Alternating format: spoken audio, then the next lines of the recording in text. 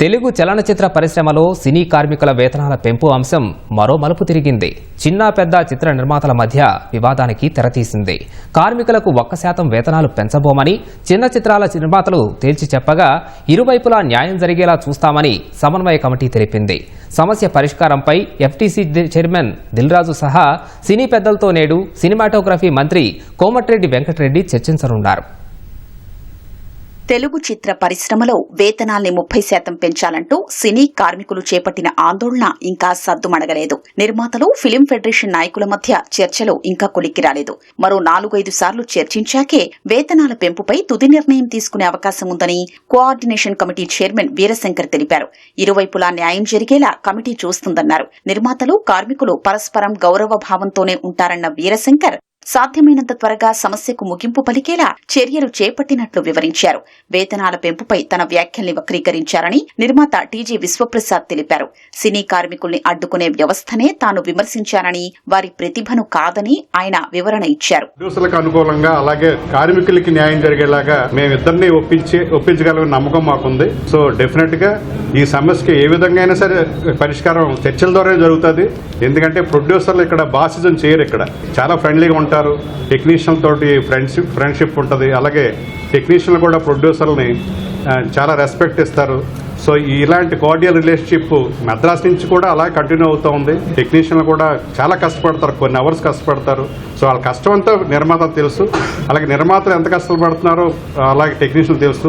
ఈ సమస్యకి డెఫినెట్ గా తొందరలోనే పరిష్కారం అవుతుంది. ఆ పరిష్కారానికి మేమంతా కూడా తీవ్రంగా కృషి చేస్తాం. మేము కూడా కొన్ని విషయాలు చెప్పాం వాళ్ళకి, ఇలా అయితే మేము కూడా అంగీకరిస్తామని వారు మాట్లాడుకుని వారు చెప్తారా ముందు. మరి మా వివరణ అయితే ఇంకా ఏం లేదు. దయచేసి ఇంకా వారి సైడ్ నుంచి వస్తే కనుక మా రెస్పాన్స్ వెంటనే ఉంటుంది. కానీ మా దగ్గర కూడా కార్మికుల ఆవేశం ఇంకా ఎక్కువ అవుతుంది. త్వరగా ఎందుకు తేల్చట్లేదని, దానికి మరి త్వరగా ఏం చెప్తారో మేము కూడా వేచి చూస్తాం. వేతనాల పెంపు నుంచి తమను మినహాయించారని చిన్న నిర్మాతలంతా ఫిలిం ఛాంబర్ ను ఆశ్రయించారు. ఎట్టి పరిస్థితుల్లో కార్మికులకు 1% వేతనాలు పెంచేది లేదని తేల్చి చెప్పారు.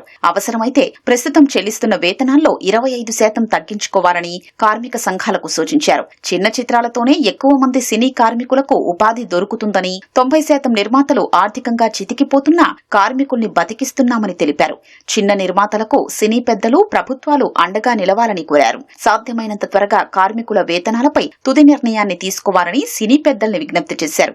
చిన్న సినిమా ఎలాంటి పరిస్థితుల్లో 1 పైసా కూడా వేజెస్ ఇంక్రీజ్ చేసే పరిస్థితిలో లేదని చెప్పి తెలియజెప్పమన్నారు. అలాగే కౌన్సిల్ నుంచి ఛాంబర్ నుంచి ఫెడరేషన్ కి, లేబర్ కమిషన్ గారికి తెలియజెప్పమన్నారు. అలాగే వీళ్ళు ఏ నెగోషియేషన్స్ చేసి ఛాంబర్ వారు ఏమి చేసినా ఆ అగ్రిమెంట్ లో చిన్న సినిమాలకి ఈ వేతనాల పెంపు వర్తించదు అని క్లియర్ గా రాయమన్నారు. వాళ్ళు ఎవరితోనైనా పనిచేసుకోవచ్చు అనేది పెడుతున్నారు, జరగటం లేదు. నిర్మాత నాశనం అయిపోతూ కూడా కార్మికులందరికీ వేతనం ఇచ్చి కార్మికుల్ని బతికిస్తున్నారు. ఇది దయచేసి కార్మికులు అర్థం చేసుకోవాలి. కేవలం 2-5% ఆఫ్ ది సక్సెస్ ఫిల్మ్స్ కి ఇచ్చే దాని మూలంగా కార్మికులు బతకటం లేదు. 95-98% నాశనం అయ్యేది నిర్మాతే కాబట్టి ఇది దయచేసి కార్మికులు అర్థం చేసుకోవాలి. We are not against to increase the ఇవి, but at the same time whatever వాళ్ళు 30%, 10% అంటే థర్డ్ ఇయర్కి వచ్చినప్పుడు 50% పెరుగుతుంది. సో అది కొంచెం లాజికల్ గా లేదనేదే ప్రొడ్యూసర్స్ క్వశ్చన్. ఈ రోజు తెలుగు సినిమా ఒక ఇంటర్నేషనల్ లెవెల్కి వెళ్ళింది, బట్ ఎన్ని సినిమాలు వెళ్ళినాయి ఇప్పుడు రన్నింగ్ లో ఉన్నాయి కానీ పాతవి కానీ అన్ని చూసుకుంటే ఒక 10-12 ఫిలిమ్స్ మనకి ఇంటర్నేషనల్ లెవెల్లో చాలా మంచి పేరు వచ్చింది. ఏదైతే ఈ 10-12 సినిమాలు ఉన్నాయి ఆ సినిమా నుంచే ఇండస్ట్రీ క్యాలిక్యులేషన్ కానీ ఇండస్ట్రీ ప్రాఫిట్స్ కానీ లెక్కేసుకుంటే తప్పది. సమస్య పరిష్కారంపై ఎఫ్డీసీ చైర్మన్ దిల్రాజు సహా సినిమా పరిశ్రమ పెద్దలతో నేడు చర్చలు జరపనున్నట్లు సినిమాటోగ్రఫీ మంత్రి కోమటిరెడ్డి వెంకటరెడ్డి వెల్లడించారు.